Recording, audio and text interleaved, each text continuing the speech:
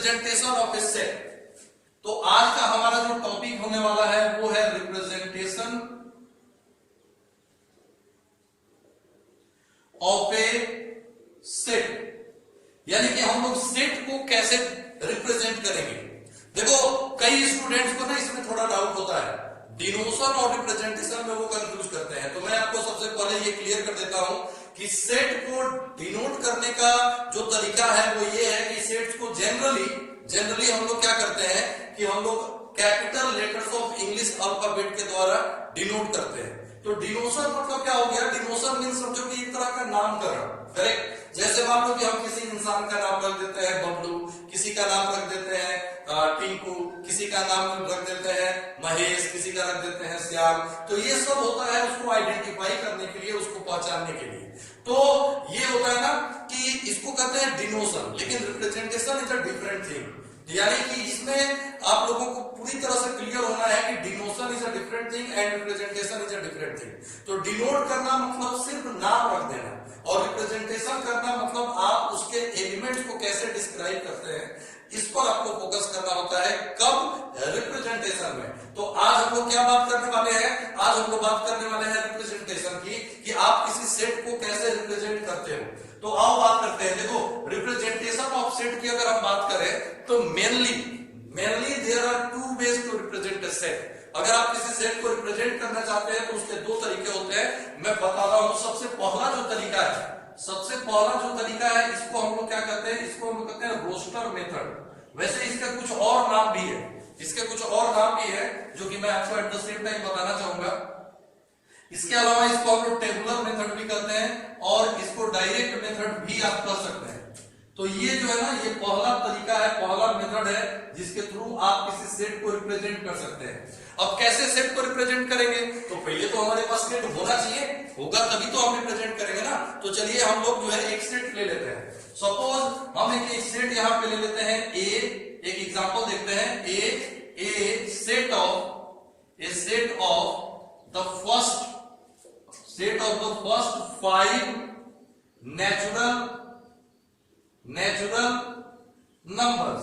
तो ये मान लीजिए कि मैंने एक एग्जांपल ले लिया कि पहले 5 जो नेचुरल नंबर्स हैं, जो फर्स्ट 5 नेचुरल नंबर्स हैं, उनका जो कलेक्शन है या उनका जो कॉम्बिनेशन है, उसका सेट हमने यहाँ पे ले लिया। अब ये जो सेट है, इसको अगर आपसे कहा जाए कि चलो ये तो ठीक है कि सेट हमने ले लिया, लेकिन इस सेट को आप रोस्टर फॉर्म में दिखाओ, आप रोस्टर मेथड में कैसे एक्सप्रेस करोगे इस सेट को। तो बड़ा सिंपल सा टेक्निक है, बड़ा सिंपल सा मेथड है। आपको बस यही करना है कि पहले मिडिल ब्रैकेट ले लेना है। ओके, पहले आपको क्या करना है यहाँ पे कि आप मिडिल ब्रैकेट ले लो, और मिडिल ब्रैकेट लेने के बाद क्या करोगे, तो आप आइडेंटिफाई करो, ये कैच करने की कोशिश करो कि जो सेट में एलिमेंट्स है वो कौन कौन हो सकते हैं। तो आप यहाँ पे देखोगे कि हम बात कर रहे हैं फर्स्ट 5 नेचुरल नंबर्स की। तो फर्स्ट 5 नेचुरल नंबर्स कौन से होते हैं, तो वो होता है 1, फिर कॉमा दे दो, फिर 2, 3, 4, 5 और फिर ब्रैकेट बंद कर दो। तो दिस इज द वे, है ना, to represent a set by roster method. Okay, इसमें क्या किया हमने कि मिडिल ब्रैकेट्स ले लिए, और उस मिडिल ब्रैकेट्स के अंदर हमने जो इस सेट के एलिमेंट्स थे उनको कॉमा के द्वारा सेपरेट करके हमने लिख दिया।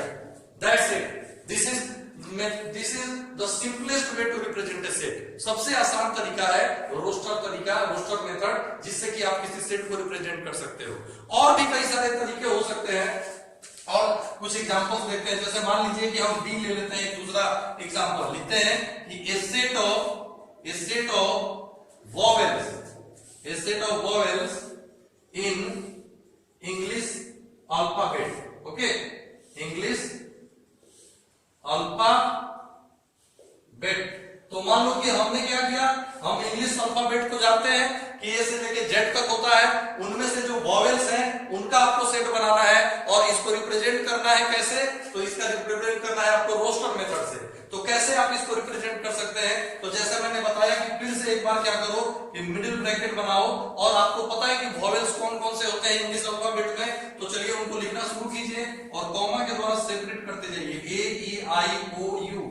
तो बहुत ही सिंपल तरीका है, आप देख सकते हैं कि इसमें कोई टेंशन नहीं है, तो बड़े आराम से आप सेट्स को रिप्रेजेंट कर सकते हैं रोस्टर फॉर्म में। ओके, तो आई होप कि आपको ये समझ में आ गया होगा, और अगर नहीं आया है तो क्या क्या करना है कमेंट बॉक्स में मुझे बताना है पक्का। अब आइए बात करते हैं दूसरे मेथड की। ओके, दूसरे मेथड की हम बात करेंगे, तो मैं इसके लिए थोड़ा सा यहाँ पे मैं मिटा देता हूं। ओके, थोड़ा सा मिटा देता हूं मैं।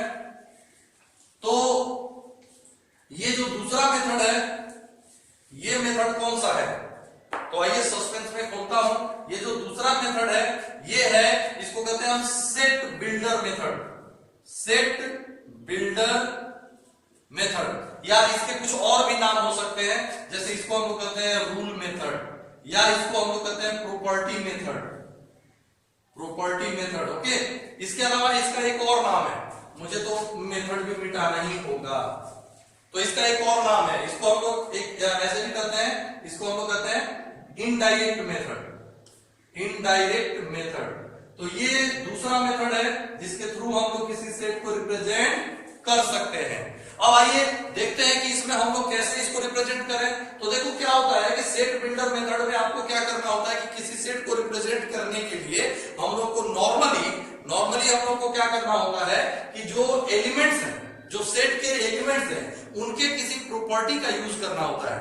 उनके किसी प्रॉपर्टी को यूज करके या उनके बीच के किसी रिलेशनशिप को यूज करके हम एक फॉर्मूला तैयार करते हैं, है ना, हम एक एक्सप्रेशन तैयार करते हैं और उसको लिख देते हैं, है ना। इसमें हम लोग एग्जैक्टली करते क्या है कि जो सेट का एलिमेंट है उसको हम लोग हाइड आउट करते हैं, उसको छिपा देते हैं, ठीक है, उसको हाइड कर देते हैं, और उसके बदले में हम एक फॉर्मूला, एक रिलेशनशिप कोई उसको लिख देते हैं, ताकि हम लोग जब चाहे उन एलिमेंट्स को जान सकें या उनको कैलकुलेट कर सकें। ओके, तो आइए देखते हैं कैसे ये काम होता है। अब जैसे मान लीजिए कि हम लोगों को यहाँ पे पहला सेट जो दिया हुआ है, set of the first 5 natural number, इसी को अगर मान लीजिए थोड़ी देर के लिए कि हमको सेट बिल्डर मेथड में लिखना है, तो हम इस सेट को कैसे लिखेंगे, तो आइए देखते हैं कैसे लिखेंगे।